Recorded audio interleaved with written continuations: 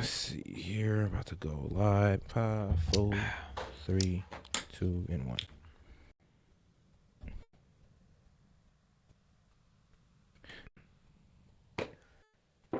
Yo, and we are live, man. Yo, this is Set with S.E.T. and Comedian. I'm back with another one for you guys, man. Today we got JD Vance. The full interview from New York Times then came out, man.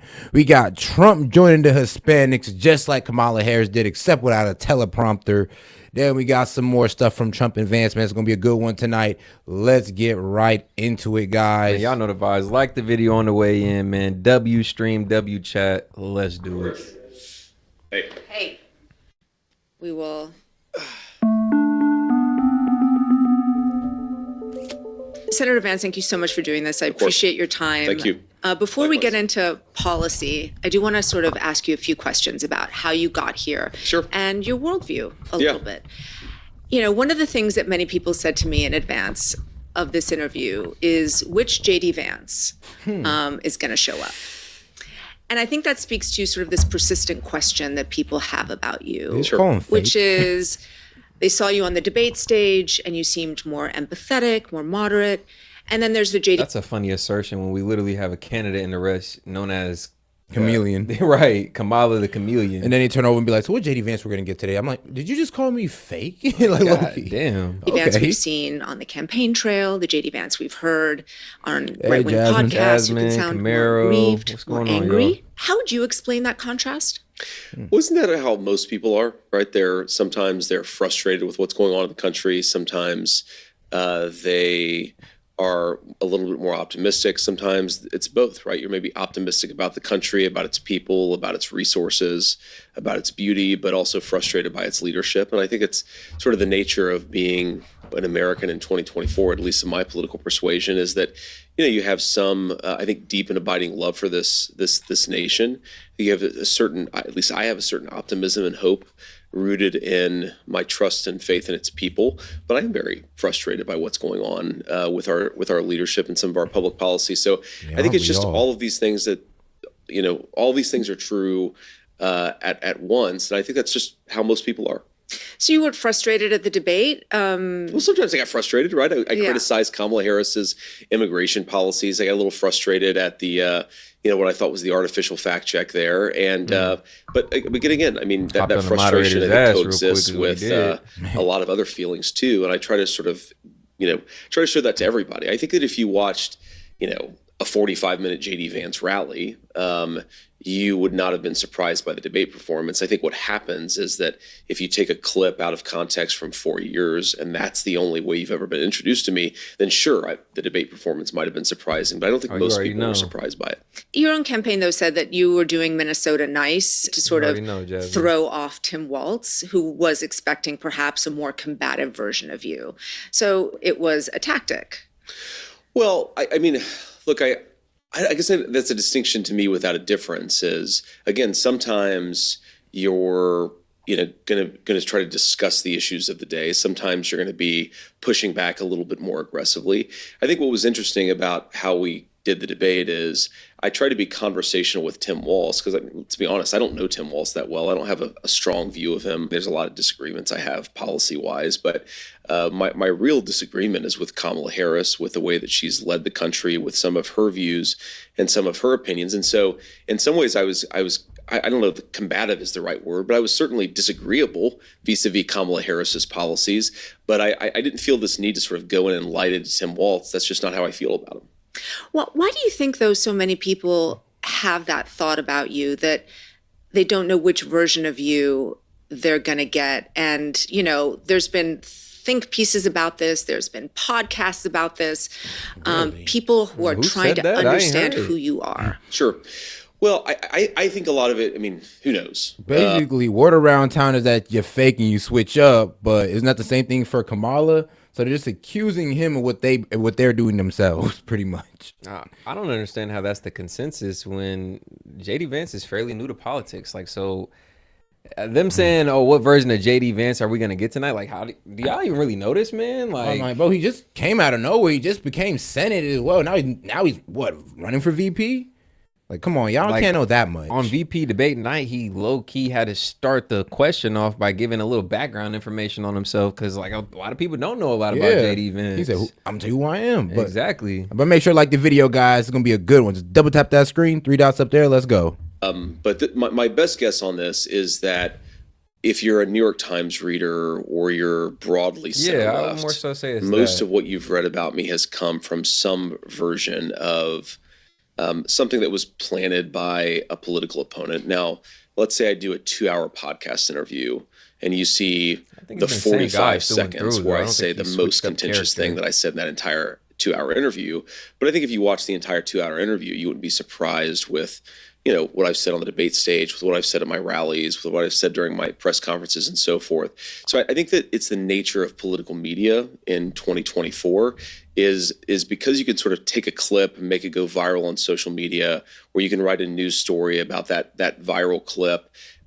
We're just not sort of digesting the long form conversation that I think most people, again, if you were to ask the, you know, normal middle class American, whether they agree with me or disagree with me, 2-hour conversation about politics, and you went through a dozen different issues, I think that you'd see, well, sometimes they'd be pissed off about something. Sometimes they'd be, you know, pleased with something. Sometimes they'd agree or they disagree. But I just think that the way that we do political media is really built around sound bites. Maybe that's always been true, but it's certainly true in 2024. Yeah. Nah, it was true in 2016, man. You know how much sound bites had of Trump taking them out of context, not playing the full length of what he said. Is like, nah, it's still sound bites even today. It's just now it's more, well, honestly, it's more used. Now it's not just Trump being used on it. It's Kamala getting it back too. I mean, I do think that there's something else going on, though, which Really is with Biden. You have obviously shifted some of your viewpoints. You've acknowledged that. Look, I mean, yeah, look, there's certainly I was anti-Trump, and now obviously I'm running as Donald Trump's running mate. But it's something that, again, if you watch the 2-hour podcast interview, you wouldn't be surprised about, because I talk about it, and I know that's, you know, part of what we're doing today. Yeah, it is. I mean, just to remind people, you called Trump America's Hitler, and I'm sure you possibly don't like that quoted back at you at every single moment. And I read a really fascinating interview that you gave to the American Conservative in 2016. Okay. Where you said Donald Trump, and I'm quoting here, he has dragged down our entire political conversation. He spent way too much time appealing to people's fears. Why do you feel more comfortable with his approach today? Well, I think there are a few reasons. I mean, one is I was pretty optimistic right after Trump's election. So you sort of go back a little bit, you know, the book really took off right before he was elected. Hillbilly Elegy. Yeah, Hillbilly Elegy. And it had kind of like this second wind that was somehow even bigger than the first wind. And I remember I was doing all of these interviews, you know, the night of the election. I think it was ABC where I spent most of that night. And I was talking to people sort of privately, but then of course I was going on TV. And the biggest takeaway that I had from that moment is that it was genuinely a shock to the senses for most of America's political and media class. They really were certain that he was going to lose. I mean, to be fair, I didn't think he was going to win. I thought he had a better chance than most people. But in the immediate aftermath, there was this sort of sense of, okay, well, we misunderstood something. We got something wrong. Maybe we should try to understand where this like underlying frustration and sense of grievance is in the population writ large. And that lasted for all of about a month. And then it was like very quickly, it was the academic studies that said that, well, Donald Trump's voters. You know, I did also see that in the 2016 election. Like when Trump won, everybody was going Hillary, and they're damn near going off the legacy of the Clintons.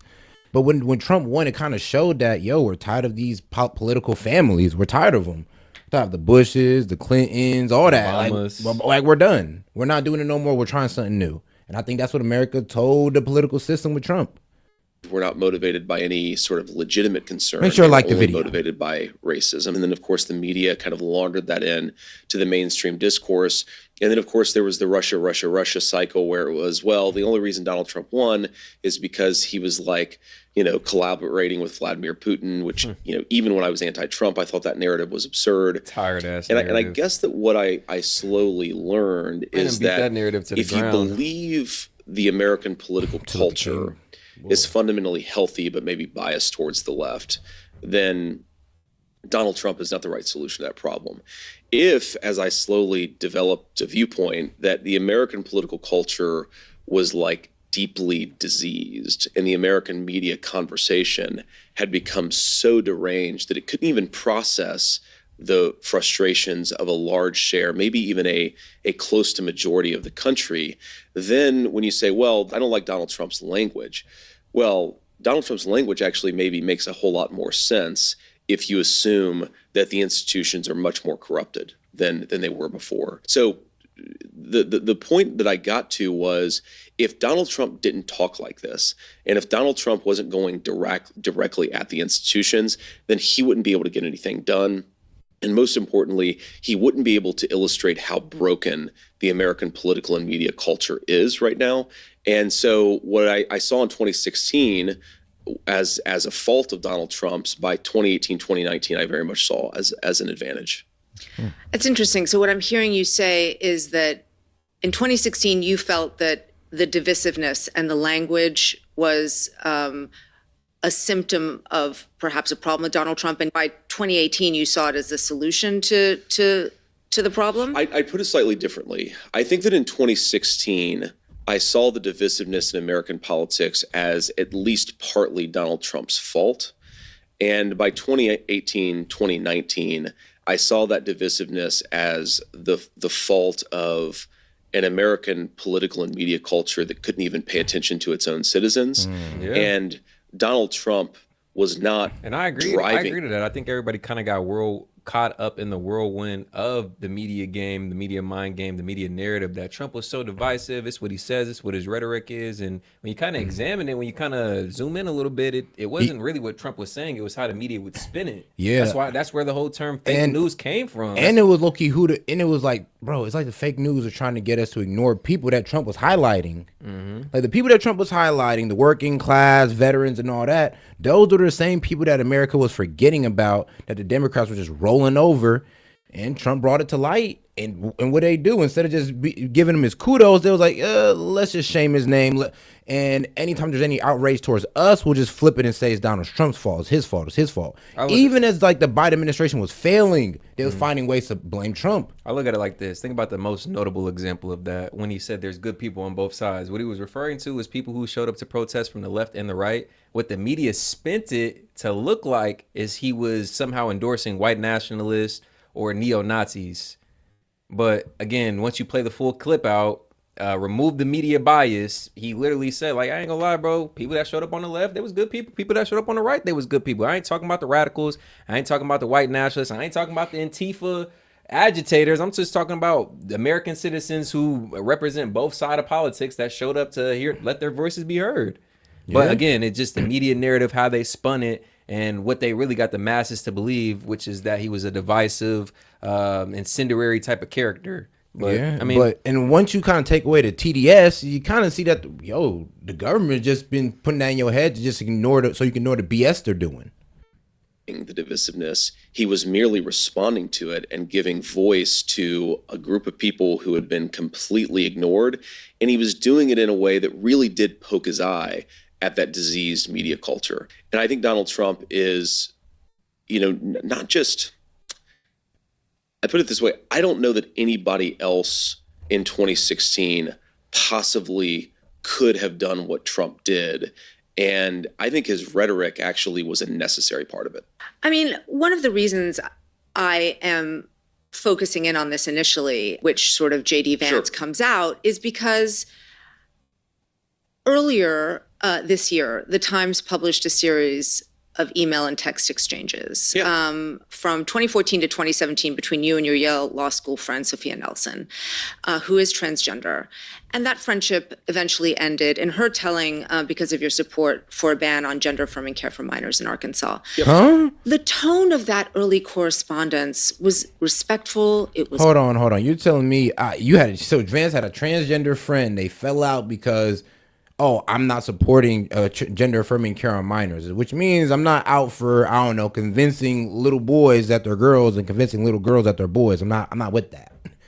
Like, bro, Yeah, I fall out with anybody. bro, over I'm that. like, I look at my friend straight up and be like, bro, you're a groomer. Like, you're a groomer. You're not like, bro, this is worse. Like, you're worse. I fall out with you're my a own mom groomer. over that, to be honest. Yeah. Was affectionate. What you think? What is okay? Even though you didn't Let me always agree put with up. her. Were you more open to differences at that time in your life? No, I don't think so. I mean, look, I think, I'd like to think we're having a respectful conversation, but, when I disagree with people, sometimes I'm a little sarcastic, but that was true 10 years ago, right? Sometimes I like to make fun of the political and media environment that we're in, but that was true 10 years ago too. Again, all of these things exist at the same time. Most people are complicated. They're not just like happy-go-lucky or really engaged in dialogue, right? Sometimes they're making jokes. Sometimes they're more serious. I just think that's how I am. I think it's how most people are too. But look, I mean, Sophia, I'm not going to sit here and criticize Sophia. I love Sophia. I am very sad about what happened between me and Sophia. I think that going back 2013, 2014, she's my friend. She's transgender. I didn't fully understand it. I just thought, I love this person and I care about her. And I don't have to sort of agree with every medical decision that she makes or even understand it to say, well, I love you. I care about you. I'm still going to hang out with you. We're still going to talk about football and, sort of be friends. And I think, we had this conversation. I can't remember when. It was maybe around the time my Senate campaign. It was maybe before. But I had children at that point, and we were talking about gender-affirming care for minors. Give me Matt, though. What's I think going on, man? a more honest way to say is not gender-affirming care, but chemical experimentation on minors. And, my affection for her didn't mean that I thought this was a reasonable thing to do to 11-year-old children who were confused. And quick reminder, man, make sure to go ahead and double tap that screen to like the video. 3 dots up there in the corner, man. Let's get more people in on the conversation, man. Let's get right back to it. Sometimes confused by social media, sometimes confused because it's really hard to be an 11-year-old, certainly in today's media environment. Shifting towards God, yeah, what's going on? We had a very strong disagreement about whether the proper response to that was humility. I would say it's humility. Don't give life-altering care to these kids, potentially life-destroying care to these kids. And she disagreed with me. She thought it was a sort of affront to transgender rights. Now, what I don't understand how you need parental consent to get a tattoo below the age of 18. We don't let kids get permanent tattoos. We don't let kids make any type of permanent decisions. We don't even let kids drive cars for real, right? But you can get gender affirming care or gender reassignment surgery or take puberty blockers or hormonal blockers. I'm just like, hold on, that's a permanent decision that a kid who really doesn't know the full implications of what they're doing is making. We just allowing it? And the transgender, I'm like, hold on. So you pretty much, this transgender woman is pretty much upset that, so wait, you're okay, or you're against me recruiting your kids, pretty much. I'm sorry. So pretty much, Vance took a stance, and she was against this man taking a stance of, I don't want you to be recruiting kids. Well, just to the point of kids in general with when it comes to LGBTQ, I mean, kids are influential, yes or no. It's a clear yes, right? So I don't know. When it comes to that, I just feel like anything 21 and up, all right, let them make the decisions. They're full adults, but anything 21 and below, I like you said, he made a good point. I almost consider it grooming. Yeah. You know that these are influential demographic, and we're over here telling them, showing them, influencing them in one way or another. It's recruiting because they can't reproduce. Like, what are you doing here? Why are you trying to say, oh yeah, we should be able to tell kids they can chop their stuff off, and y'all should be okay with that? I'm like, hell no. No. 21 and up, all right, bro, do what you do. But 21 and below, man, leave them alone. They're off limits. They're off limits. He's like, come on, man. There's plenty of people above 21, bro. Go deal with them. Yeah, let them do what they want. Let them do what they want. Normally in that situation is to say, we can agree to disagree. I mean, Sophie and I disagreed about a whole host of issues over our long friendship, and sometimes we would do it aggressively, but ultimately, bro, there's literally certain states. We're going to be friends. There's literally certain states, and I don't know if y'all in the chat know this, but that's what we're here to do is inform. There's literally certain states where if a kid isn't feeling comfortable with their assigned gender, And they've shared that with Yeah, that's teachers. California. Yeah, And, bro, there's more states like and that. Minnesota. They've shared this identity, or they've said this identity crisis with their teachers. The teachers or the school system is not inclined or required to tell the parent. And they can also start the puberty blocker, gender affirming care without the parent's consent. So let's just say you got your little boy and wonder why he ain't been growing, ain't been developing, and the whole time he's been on puberty blockers without your consent or knowing. Despite that. And I think it was, to be clear, I mean, yeah, she leaked my emails, and I think that's a violation of trust, and I'm frustrated by that. But I would still be Sophia's friend today, even though I feel very strongly that she's not just wrong, but very dangerously wrong about chemical experimentation on minors. I guess what I'm asking is, have you, like you came to see Donald Trump's approach as a necessary means to an end, did you come to see that as a necessary approach for yourself? I mean, you talked about in Hillbilly Elegy and the power of persuasion through empathy, but you also bring a much different approach to many of the things that you do now. So I think it was very jarring for people to see those emails and see a JD Vance that frankly hasn't been on display. Well, they say it's jarring to see the emails, but they say it's jarring to see some of my rally performances, and then it's jarring to see my debate. Maybe the problem isn't that I'm, But do you see it as necessary now to be more abrasive? So I don't answer that question, but maybe the thing that they're actually noticing is that if you see somebody in all their complexity, they don't fit the caricature. Yeah, and maybe what people are noticing is that you've taken this man out of context. You're saying he's made up stories, and when people actually go look him up and watch full interviews, they're like, "Oh, he's not that bad of a guy. Hold on. Actually, I can relate to this man." But they're calling him weird and all this wild stuff. But he's a relatable guy. Like, that's what people are figuring out. It's not that, oh, he switches up. It's like, no, you painted a picture that don't fit the man. And as we start to hear more about him, as we see him more, it's like, okay, hold on. It's not what he told me about him. I kind of relate to what he says. I kind of can agree with some of what he says. I resonate with JD Vance's background, him being a fellow Midwesterner. It's like, hold on, this guy isn't the guy they purport him to be. Like, shoot, don't seem weird to me. Sure. That it's not some big change that I've That's made. my Yes, VP. I've changed my views. I would be honest about that on certain things. Fellow but Ohioan. there's not some major change. It's just that they're seeing, sometimes they're forced to see the non-caricature version of me. And I think What's going on, everybody? that's Yeah, like the certainly video, going on. man. Double tap the screen. But no, I mean, look, I Get some more think, folks in here, man. Look, President Trump's approach is President Trump's approach. His style is his style. Do I think that his style and his approach is a necessary corrective to what's broken about American society? Yes, I do. That doesn't mean I'm going to try to beat Donald Trump, because one, nobody can beat Donald Trump. I think he's a uniquely, interesting and charismatic figure, but it's just not who I am, right? Fundamentally, he and I are going to have different styles. But I think if you were to take Donald Trump's style and the way that he criticizes the media, we just lost that and the way that I'm game. criticizing the media to you right now, Oregon. I think those criticisms There's are anybody in actually Oregon in pointing here, make it at the out. exact same direction. We're just putting it in stream. slightly different ways than our own sort of distinctive perspectives. But I've never felt like I need to somehow copy somebody else's style. I mean, it wasn't just the tone of those exchanges, though. You did express some beliefs that are different than the ones you hold today. I mean, you said, like, what do you mean? I hate the police. And so I'm wondering, did you write that? Why did you write that? What had happened to make you feel that way? Sir, first of all, have you ever said something in a private conversation that out of context wouldn't necessarily translate to a public conversation? I think 100% of people would say yes. I don't exactly remember when that I sent that email, but I strongly don't bring it up. It's still a fresh wound. Don't bring that up right now. So when Usha and I lived in San Francisco for a couple of years. And when we first moved, this is I get frustrated even thinking about it right now.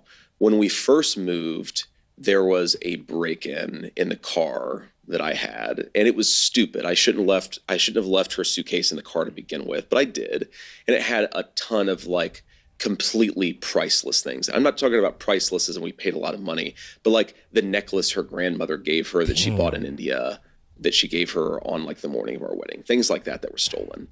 And I went to the police and RG in was San going Francisco. On. And it was. Have you ever seen the movie The Big Lebowski when the guy's car is stolen? Okay, so I love the Big Lebowski. When the dude has his car stolen, he says, "Hey, are you investigating it?"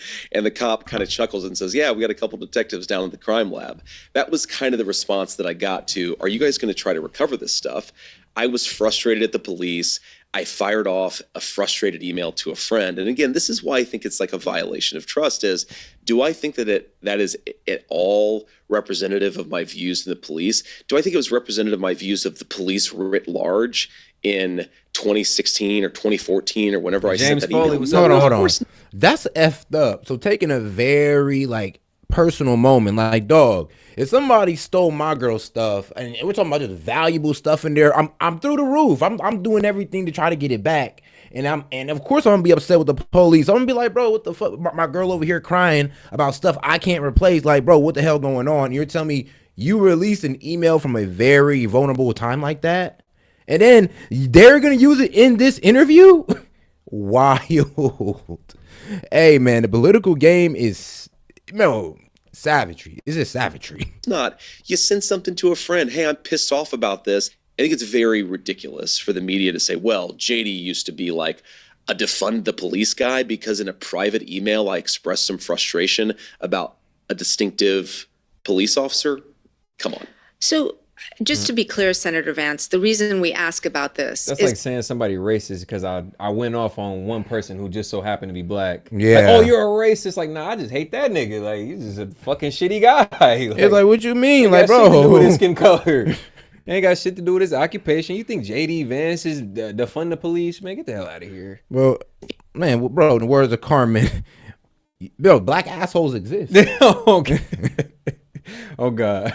because it is a window into your evolving views, and that is important for people to know who they're going to be voting I think for. it's totally reasonable for you to ask about it. I'm saying the political, certain political members who have said, oh, this reveals like somehow JD didn't support police officers like, 10 hold on, I years thought I was ago. going to get the same interview I with just think Kamala it's a guy. preposterous argument. After you left Yale, you went to Silicon Valley, the world of venture capital. You worked for and became close with Peter Thiel in 2016, 2017. He had an enormous influence on you. Yeah, dear Keep friend. it real, just not raw. By 2021, you were running for Senate as a supporter of Trump.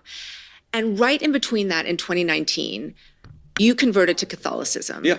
I'm a fellow Catholic. I find this Great. very interesting. And I would love for you to describe what appealed to you about the Catholic faith. Yeah, so before I answer that question, I just offer a caveat out there. So what I really hate, and I've seen this with some converts, is they come into the faith, they act like they know everything, they speak for all Catholics. I'm never going to do that. I never want to do that. Look, I mean, I think there are a couple of things that really appealed about it to me. I mean, first of all, generally Christianity. I was thinking about the big questions, thinking about 2019, but 2017 to 2019, when I was thinking about re-engaging with my faith, I became a father during that period. I was very successful professionally. And so thinking about the working class family that I'd grown up in, I had a lot more money than I ever thought I would have. I had my own venture capital firm, and there was this weird way where I felt like I had succeeded at climbing the ladder of meritocracy, but I'd also found the values of the meritocracy, frankly, deeply wanting and deeply lacking. And when I started thinking about like the big things, like what do I actually care about in my life, right? I really want to be a good husband. I really want to be a good father. I really want to be sort of a good member of the community. I wanted to be a virtuous human being, in other words. That was sort of the thing that I kept on coming back to, was how to be virtuous.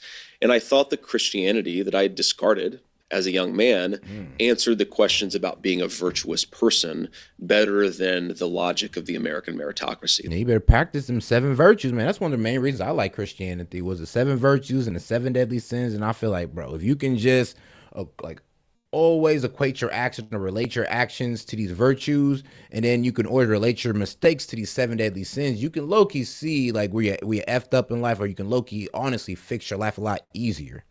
And shout out to Jasmine Lewis, man. Appreciate the support, sis. People are such hypocrites. They literally act like they someone. I'm sorry. They literally act like they like someone and switch up daily, but they want to talk about Vance. It's crazy. Trust me.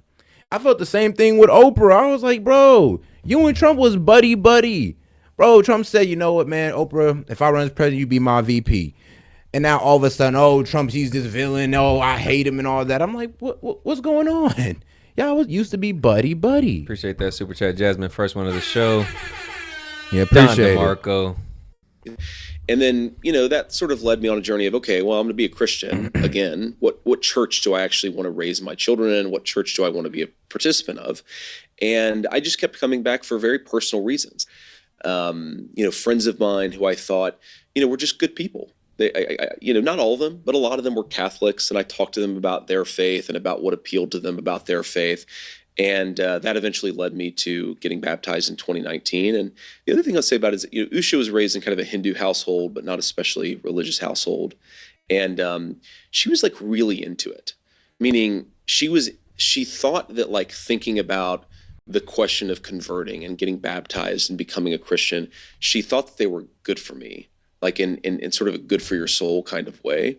And I don't think I would have ever done it without her support, because I felt kind of bad about it, right? Like, you didn't sign up for a weekly churchgoer. I feel terrible for my wife because I think that is the most asshole thing you can do, though. Like, and I like what Vance's wife did. And it may not be her religion, but, I could see the values in Christianity. She saw the values in Christianity. She'd be like, no, that'd be good for you. Like, yeah, man, you should get a little bit of God in your life, a little bit more virtues and all that. But then there'll be, some people be like, oh, why would you believe in that religion? It's wrong. Or, oh, God is not real, right? It's like, bro, let people find their virtues how they want to, dog. Like, come on now. Don't be an asshole about it. Go to church almost every Sunday unless we're on the road. And does she go with you? I mean, she does. Yeah, she does. Has she converted? No, she hasn't. No, it's that's why I feel bad about it. Is she's got 3 kids.